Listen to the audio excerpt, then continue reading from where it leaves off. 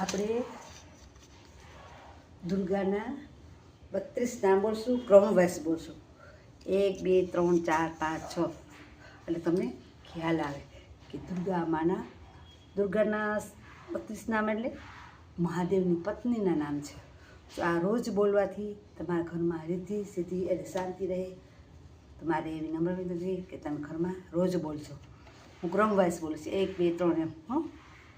પેલું નામ છે દુર્ગા, બીજું નામ છે દુર્ગાતિશયમણી, ત્રીજું નામ છે દુર્ગા પધિની વારિણી, ચોથું નામ છે દુર્ગા મચ્છેદિની, પાંચમું નામ છે દુર્ગા સાધિની, છઠ્ઠું નામ છે દુર્ગનાશિની, સાતમું નામ છે દુર્ગતો ધારિણી, આઠમું નામ છે દુર્ગની હંત્રી, અને 9મું નામ છે દુર્ગમાપહા, ને 10મું નામ છે દુર્ગ મ જ્ઞાનદા, 11મું નામ છે દુર્ગદૈત્ય, અને દુર્ગદૈત્ય લોકદાનવલા, 12મું નામ છે દુર્ગામાં, 13મું નામ છે દુર્ગા માલોકા, 14મું નામ છે દુર્ગા માસ્ત સ્વરૂપિણી, 15મું નામ છે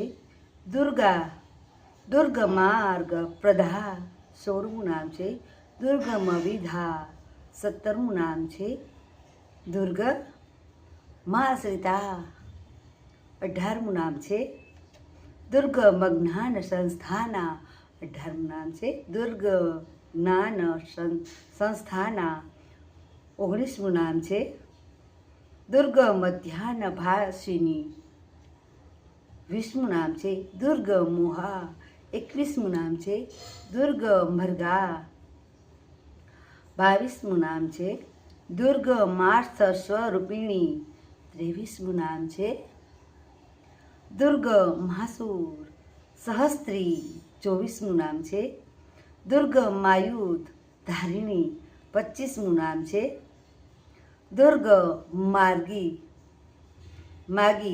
26મું નામ છે દુર્ગમતા, 27મું નામ છે દુર્ગમ્યા, 28મું નામ છે દુર્ગમેશ્વરી, 29મું નામ છે દુર્ગભીમા, 30મું નામ છે દુર્ગભામા, 31મું નામ છે દુર્ગભા, અને 32મું નામ છે દુર્ગદારિણી.